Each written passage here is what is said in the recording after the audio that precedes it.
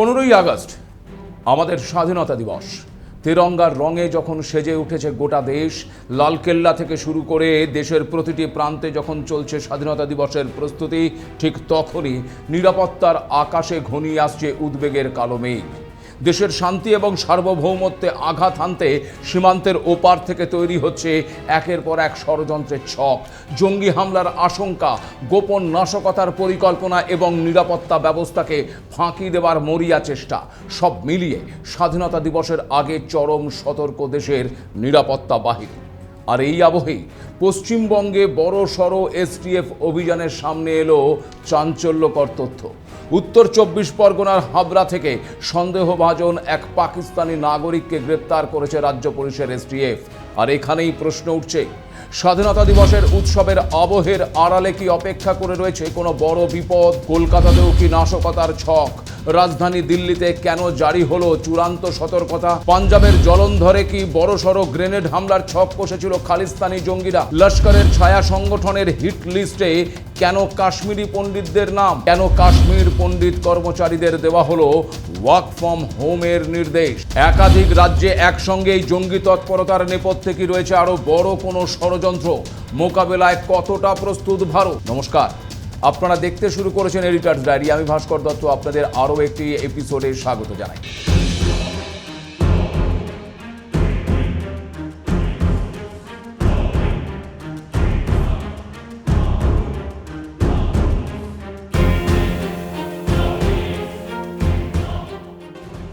স্বাধীনতা দিবসের আগে কলকাতা এবং রাজধানী দিল্লিতে কি ঘনিয়ে আসছে বড়সড় কোনো বিপদ? কারণ 12 তারিখ বনগা থেকে বেঙ্গল এসটিএফের হাতে গ্রেপ্তার হয়েছে এক সন্দেহভাজন জঙ্গি। গত মাসের শেষ দিকেই বর্ধমান থেকে এসটিএফের জালে ধরা পড়েছিল এক কুখ্যাত জঙ্গি।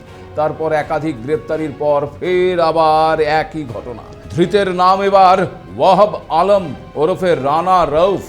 তদন্তকারীদের দাবি, ওই ব্যক্তি পাকিস্তানের ফয়সালাবাদের বাসিন্দা এবং 2012 সালের শেষের দিকে একেবারে অবৈধভাবে এই ভারতে প্রবেশ করেছিল। রানাকে জিজ্ঞাসাবাদের পর কলকাতার তপসিয়া এলাকা থেকে মোহাম্মদ এজাজ নামে আরও এক যুবককে গ্রেপ্তার করা হয়েছে।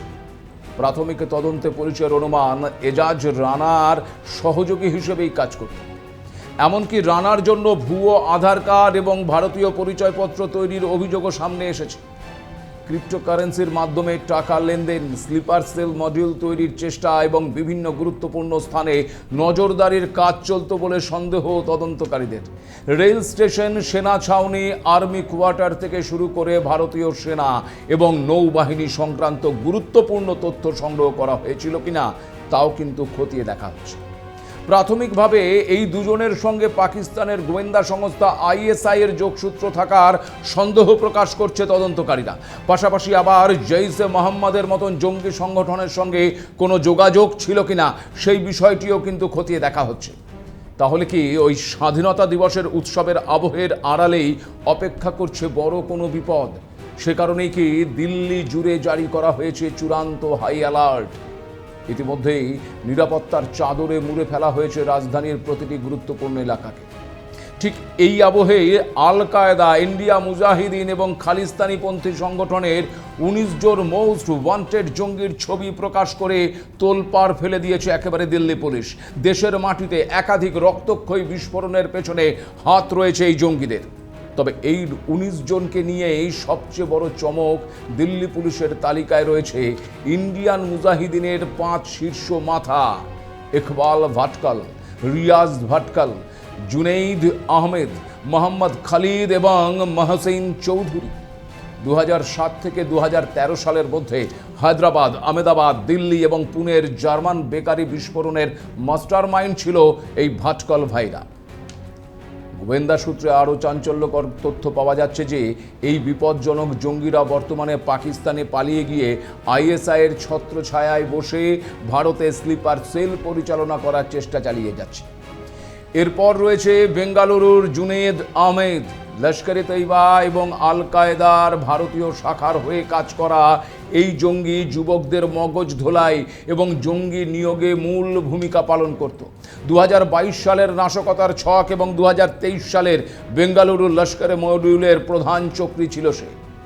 গোয়েন্দাদের অনুমান, জুনেইদ বর্তমানে মধ্যপ্রাচ্য বা পাকিস্তানের গোপন আস্তানা থেকে ডিজিটাল মাধ্যমে ভারতের যুবকদের উগ্রপন্থায় লজিস্টিক এবং ফান্ডিং সামলাচ্ছে। তালিকায় রয়েছে উত্তরপ্রদেশের আজমগড়ের মোহাম্মদ খালিদ। একসময় আজমগড়কে ইন্ডিয়ান মুজাহিদিনের বড় ঘাঁটি বানাতে তার মুখ্য ভূমিকা ছিল। 2008 সালে দিল্লির ধারাবাহিক বিস্ফোরণ এবং বাটলা হাউস এনকাউন্টারের পর থেকেই সে পলাতক। বিস্ফোরক তৈরি এবং এক রাজ্য থেকে অন্য রাজ্যে তার সরবরাহে অত্যন্ত দক্ষ এই খালিদ 1.5 দশকেরও বেশি সময় ধরে ভারতের মোস্ট ওয়ান্টেড তালিকায় রয়েছে, যার সন্ধান চালাচ্ছে এনআইএ এবং দিল্লির স্পেশাল সেল। তালিকায় শেষ নাম মহারাষ্ট্রের মহসিন চৌধুরী, যে ওই ইন্ডিয়ান মুজাহিদিনের পুনে মডিউলের শীর্ষ নেতা। 2010 সালের পুনের কুখ্যাত জার্মান বেকারি বিস্ফোরণের মূল ষড়যন্ত্রকারী ছিল সে, যে হামলায় 17 জন নিহত এবং 130 জনেরও বেশি মানুষ আহত হয়েছিলেন। এই বিস্ফোরণের বিস্ফোরক জোগাড় এবং স্লিপার সেল তৈরির দায়িত্ব ছিল তার ওপর। হামলার পরেই মহসিন ভারত ছাড়ে। গোয়েন্দাদের ধারণা সে বর্তমানে পাকিস্তানের লস্কর ও ইন্ডিয়া মুজাহিদিনের যৌথ নেটওয়ার্কের হয়ে কাজ করছে। দিল্লি পুলিশের প্রকাশ করা দ্বিতীয় মডিউলটি আল কায়দা, যেখানে রয়েছে 6 সদস্যের ছবি। তাদের মধ্যে সম্ভালের মোহাম্মদ শারজিল আখতার ভারতে আল কায়দার নেটওয়ার্ক গড়া এবং অর্থ সংগ্রহের অভিযোগে অভিযুক্ত, যার নাম 2015 সালের চার্জশিটে ওঠে। গোয়েন্দাদের অনুমান সে বর্তমানে পাকিস্তান বা আফগানিস্তানে পলাতক। তালিকায় রয়েছে দিল্লির শিলমপুরের মোহাম্মদ রেহান, যে রাজধানী এবং সংলগ্ন এলাকায় আল কায়দা বা আইএস ঘনিষ্ঠ স্লিপার সেলের লজিস্টিক সহায়তায় যুক্ত ছিল এবং যার বিরুদ্ধে ইউএপিএতে মামলাও রয়েছে। নেক্সট নামটি হলো ঝাড়খণ্ডের আবু সুফিয়ান। AQIS এর এই সক্রিয় ক্যাডার 2012 সালে জামশেদপুরে প্রশিক্ষণের পর পাকিস্তানে গিয়ে অস্ত্র চালনা শেখে। 2015 সালে নেপাল সীমান্ত দিয়ে ভারতে ফিরে নতুন সদস্য নিয়োগ এবং স্লিপার সেল তৈরিতে যুক্ত এই আবু সুফিয়ান বর্তমানে পাক অধিকৃত কাশ্মীর বা আফগানিস্তান থেকে যোগাযোগ রাখছি বলেই অনুমান। তালিকায় থাকা জামশেদপুরের সৈয়দ মোহাম্মদ আরশিয়ান আল কায়দার ডিজিটাল এবং ড্রোন উইংয়ের বিশেষজ্ঞ। আন্তর্জাতিক জঙ্গি নেটওয়ার্কের সঙ্গে সমন্বয়ের অভিযোগে পলাতক আরশিয়ানের বিরুদ্ধে সিবিআইয়ের অনুরোধে ইন্টারপোল রেড কর্নার নোটিশ জারি করেছে। শেষ নামটি হলো বেঙ্গালুরুর মোহাম্মদ শাহিদ ফৈজল, যে বেঙ্গালুরু এবং হায়দ্রাবাদে আইটি ক্ষেত্রের তরুণদের টার্গেট করে আল কায়দার মতাদর্শে প্রচার করত। 2016 সালের দিল্লি পুলিশের চার্জশিটে থাকা 17 জন সন্দেহভাজনের তালিকায় তার নাম ছিল। এছাড়াও এই মডিউলের তেলেঙ্গানার হায়দ্রাবাদের বাসিন্দা মোহাম্মদ উমারের নামও তালিকায় রয়েছে। আল কায়দা হ্যান্ডলারদের সঙ্গে যোগাযোগ রেখে ভারতে জঙ্গি কার্যকলাপের জন্য অর্থ জোগাড় এবং তা ওই স্লিপার সেলে পৌঁছে দেওয়ার কাজে যুক্ত ছিল সে। দিল্লি পুলিশের প্রকাশিত এই 19 জন মোস্ট ওয়ান্টেড জঙ্গির তালিকায় একটা বড় অংশ জুড়ে রয়েছে খালিস্তানি চরমপন্থীরা। তালিকায় রয়েছে বাধবা সিং বাব্বর, যে আবার ওই নিষিদ্ধ সংগঠন বাব্বর খালসা ইন্টারন্যাশনালের শীর্ষ প্রধান এবং পাঞ্জাবের প্রাক্তন মুখ্যমন্ত্রী বেয়ন সিং হত্যাকাণ্ডের মূল ষড়যন্ত্রকারী। এছাড়াও আবার রয়েছে পুরুষোত্তম সিং পম্মা, হরবিন্দর সিং রিন্ধা, গুরমিত সিং বগ্গা এবং ভূপেন্দ্র সিং ভিন্ডার নাম। পাশাপাশি তালিকায় রয়েছে খালিস্তান জিন্দাবাদ ফোর্সের রঞ্জিত সিং, যে আবার ওই পাঞ্জাব এবং জম্মুর একাধিক বিস্ফোরণ এবং টার্গেট কিলিংয়ের ষড়যন্ত্রে যুক্ত এবং ব্রিটেন থেকে ভারতের বিরুদ্ধে নিয়মিত দেশবিরোধী প্রচার এবং ফান্ডিং দেওয়ার কাজ করত। পরমজিৎ সিং পম্মা এনআইএর তালিকায় 1 নম্বর ওয়ান্টেড টেরোরিস্ট। এছাড়াও খালিস্তান টাইগার ফোর্সের অর্শদীপ সিং ডালার ছবিও প্রকাশ করেছে পুলিশ। দিল্লির হিট লিস্টে থাকা 8 খালিস্তানি জঙ্গির বিরুদ্ধে ভারতের নাশকতা, সন্ত্রাসী হামলা এবং তোলাবাজি ও জঙ্গি নেটওয়ার্ক পরিচালনার মতন গুরুতর অভিযোগ রয়েছে তাদের বিরুদ্ধে। বিদেশের মাটি থেকে এই নেটওয়ার্কের শিকড় ভারতে ছড়িয়ে দেওয়ার অভিযোগেই স্বাধীনতা দিবসের ঠিক আগে তাদের নিয়ে বাড়ানো হয়েছে নজরদারি। স্বাভাবিকভাবেই প্রশ্ন উঠছে, এই তালিকা প্রকাশের পেছনে কি শুধুই সতর্কতামূলক পদক্ষেপ, নাকি গোয়েন্দাদের হাতে রয়েছে আরও সুনির্দিষ্ট কোনো ইনপুট? স্বাধীনতা দিবসের আগে কি কোনো নাশকতার সম্ভাবনা আজ করছেন তারা? দেখুন, 15ই আগস্ট শুধু জাতীয় উৎসব নয়, দেশের সার্বভৌমত্বের প্রতীক। তাই সামান্যতম নিরাপত্তার ঝুঁকিকেও কিন্তু হালকাভাবে নিচ্ছে না প্রশাসন। সম্ভাব্য হামলার আশঙ্কায় দিল্লির rail station, bus stand, metro, বাজার এবং ঐতিহাসিক সমস্ত স্থাপনাগুলোতে নিরাপত্তা জোরদার করে অতিরিক্ত বাহিনী মোতায়েন করা হয়েছে। সিসিটিভির মাধ্যমে চলছে লাগাতার নজরদারি। পুলিশ বাসিন্দাদেরও সতর্ক করে জানিয়েছে, সন্দেহভাজন কাউকে দেখলেই যেন নিরাপত্তা বাহিনীকে খবর দেওয়া হয়। গোয়েন্দাদের খবর অনুযায়ী এই 19 জনের তালিকা প্রকাশ স্রেফ একটা রুটিন সতর্কতা নয়, এর পেছনে রয়েছে সুনির্দিষ্ট এবং উদ্বেগজনক ইনপুট। কেন্দ্রীয় গোয়েন্দা সংস্থাগুলো রীতিমতো সতর্ক করেছে, স্বাধীনতা দিবসের আগে রাজধানীকে অস্থিতিশীল করে তুলতে একাধিক জঙ্গি মডিউল সক্রিয় করার চেষ্টা চলছে। রিপোর্টে স্পষ্ট ইঙ্গিত, খালিস্তানি এবং লস্কর মডিউলগুলি ড্রোন প্রযুক্তির মাধ্যমে দিল্লির সংবেদনশীল এলাকা এবং লালকেল্লার আশেপাশে বিস্ফোরক এবং অস্ত্র ফেলার ছক কষছে। তাছাড়া ঠিক এই আবহে পাঞ্জাবের জলন্ধরে একটি বড়সড় গ্রেনেড হামলার ভয়ানক ব্লুপ্রিন্ট তৈরি করেছিল ওই খালিস্তানি জঙ্গিরা, যার নেপথ্যে ছিল পাকিস্তানের আইএসআই সমর্থিত নিষিদ্ধ সংগঠন বাব্বার খালসা ইন্টারন্যাশনাল। গত 10ই আগস্ট পাঞ্জাব পুলিশের কাউন্টার ইন্টেলিজেন্স এবং এসবিএস নগর পুলিশ যৌথ অভিযানে এই নাশকতার ছক শেষ মুহূর্তে একেবারে ভেস্তে দেয়। পাঞ্জাবের ডিজিপি গৌরব যাদবের দাবি অনুযায়ী গোয়েন্দা ইনপুটের ভিত্তিতে নওয়াং শহরের বৈরশিয়ান গ্রামের লখবিন্দর সিং ওরফে জোলাকে গ্রেপ্তার করা হয়েছে। ধৃতের কাছ থেকে জনবহুল এলাকায় হামলার উদ্দেশ্যে মজুত করা একটি সক্রিয় 86P হ্যান্ড গ্রেনেড উদ্ধার হয়েছে। তদন্তে আরও জানা যাচ্ছে যে বিদেশে থাকা খালিস্তানি হ্যান্ডলারদের নির্দেশে জলন্ধরের আদমপুরের একটি গোপন ডেড লেটার বক্স থেকে সে অস্ত্রটি সংগ্রহ করেছিল। সরাসরি যোগাযোগ এড়াতে এই গোপন পদ্ধতি ব্যবহার করা হয়েছে। বর্তমানে ধৃতের বিরুদ্ধে ভারতীয় ন্যায় সংহিতা এবং বিস্ফোরক আইনে মামলা দায়ের করে স্থানীয় স্লিপার সেল এবং বিদেশি হ্যান্ডলারদের খোঁজে রীতিমতো জিজ্ঞাসাবাদ চলছে। গোয়েন্দাদের আশঙ্কা, তালিকায় থাকা ওই 19 জন শীর্ষ জঙ্গি সশরীরে ভারতে না থাকলেও তাদের লোকাল হাইব্রিড জঙ্গিরা ইতিমধ্যেই দিল্লিতে গোপন ডেরা তৈরি করেছে। তাই পোস্টার লাগানোর মূল উদ্দেশ্য এই স্থানীয় নেটওয়ার্ককে ভেঙে দেওয়া। পাশাপাশি এবারের ইনপুটের সবচেয়ে বড় আশঙ্কা, নিরাপত্তা বেষ্টনী গলাতে জঙ্গিরা পুলিশ বা অন্য বাহিনীর ইউনিফর্ম পরে একেবারে যন্তর মন্তর বা চাঁদনি চকের মতন গিঞ্জি এলাকায় আত্মঘাতী বা হিট অ্যান্ড রান হামলা চালাতে পারে। ঠিক এই আবহেই স্বাধীনতা দিবসের আগে কাশ্মীর উপত্যকায় নতুন উদ্বেগ বাড়িয়েছে একটি অনলাইন হুমকি। গত 7ই আগস্ট ইউনাইটেড লিবারেশন কাউন্সিল বা ইউএলসি এর নামে একটি হুমকি চিঠি অনলাইনে ছড়িয়ে পড়ে। আপনাদের এখানে জানিয়ে রাখি যে এই ইউএলসি হলো পাকিস্তানের মদতপুষ্ট লস্করের একটি নতুন ছায়া সংগঠন। আর এর আগে লস্কর উপত্যকায় টিআরএফ বা দ্য রেজিস্ট্যান্স ফ্রন্ট নামে সক্রিয় থাকলেও আমেরিকা এবং ভারত সরকার টিআরএফকে নিষিদ্ধ করার পর তারা এই নতুন নাম এখন ব্যবহার করা শুরু করেছে। চলতি বছরের জুলাইয়ে অনন্তনাগে পুলিশ হেড কনস্টেবলকে হত্যার পর ইউএলসি এর প্রথমবার বিবৃতির মাধ্যমে দায় স্বীকার করেছিল।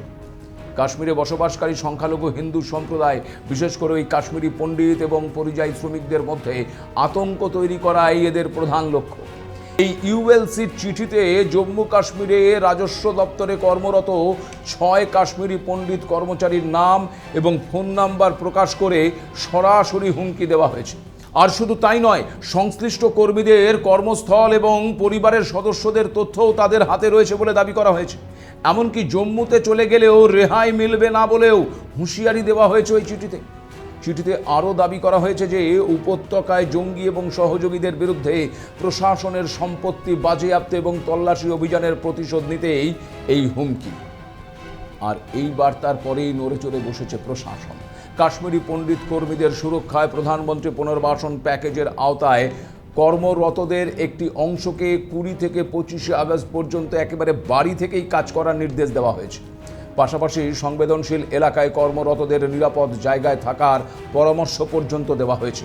এদিকে হুমকির উৎস খুঁজতে এনক্রিপ্টেড মেসেজিং অ্যাপ এবং কাশ্মীর ফাইট নামক প্রোপাগান্ডা ওয়েবসাইটের আইপি অ্যাড্রেস ট্র্যাক করে ডিজিটাল তল্লাশি শুরু করেছে গোয়েন্দারা। একই সঙ্গে কাশ্মীরি পণ্ডিতদের আবাসন এবং ট্রানজিট ক্যাম্পগুলোর চারপাশে কেন্দ্রীয় বাহিনীর নজরদারি বহুগুণ বাড়ানো হয়েছে। গোয়েন্দাদের মতে দিল্লি, পাঞ্জাব এবং জম্মু কাশ্মীরে একসঙ্গে মডিউল সক্রিয় করার মূল লক্ষ্য হল নিরাপত্তা বাহিনীর নজর বিভিন্ন রাজ্যে ভাগ করে দেওয়া। গোয়েন্দা ইনপুট অনুযায়ী হামলার ছকের নেপথ্যে 3টি কৌশল কাজ করছে। এক, K2 বা ওই খালিস্তানি কাশ্মীর প্রজেক্টের মাধ্যমে 2 রাজ্যের জঙ্গি নেটওয়ার্কের সমন্বয়। 2, নজর ঘুরিয়ে সীমান্তবর্তী এলাকায় নাশকতার চেষ্টা। এবং 3, কাশ্মীরি পণ্ডিতদের টার্গেট করে আতঙ্ক তৈরি করা। কিন্তু প্রশ্ন হলো, সীমান্ত পারের এই ত্রিমুখী মরণ ষড়যন্ত্র রুখে দিতে কতটা প্রস্তুত ভারত? দেখুন, ষড়যন্ত্রকারীরা যতই ফাঁদ পাতুক, ভারতীয় নিরাপত্তা বাহিনী এবার নেমেছে জিরো টলারেন্স নীতি নিয়ে। সার্বভৌমত্ব রক্ষায় 24 ঘন্টা হাই অ্যালার্টে রয়েছে গোটা দেশ। লালকেল্লা সহ দিল্লির প্রতিটি প্রবেশদ্বারে মোতায়েন করা হয়েছে 12,000-এরও বেশি সশস্ত্র জওয়ান। সাধারণ সিসিটিভি নয়, নজর রাখছে 1,000-এরও বেশি এআই চালিত ক্যামেরা, যা ভিড়ের মধ্যেও সন্দেহভাজনের মুখ দেখলেই কন্ট্রোল রুমে সরাসরি অ্যালার্ট পাঠাবে।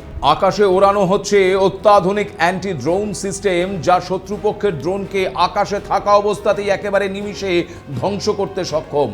আর শুধু মুখের কথা নয়, ভারত তার প্রস্তুতির প্রমাণ দিয়েছে যুদ্ধকালীন মহড়ায়।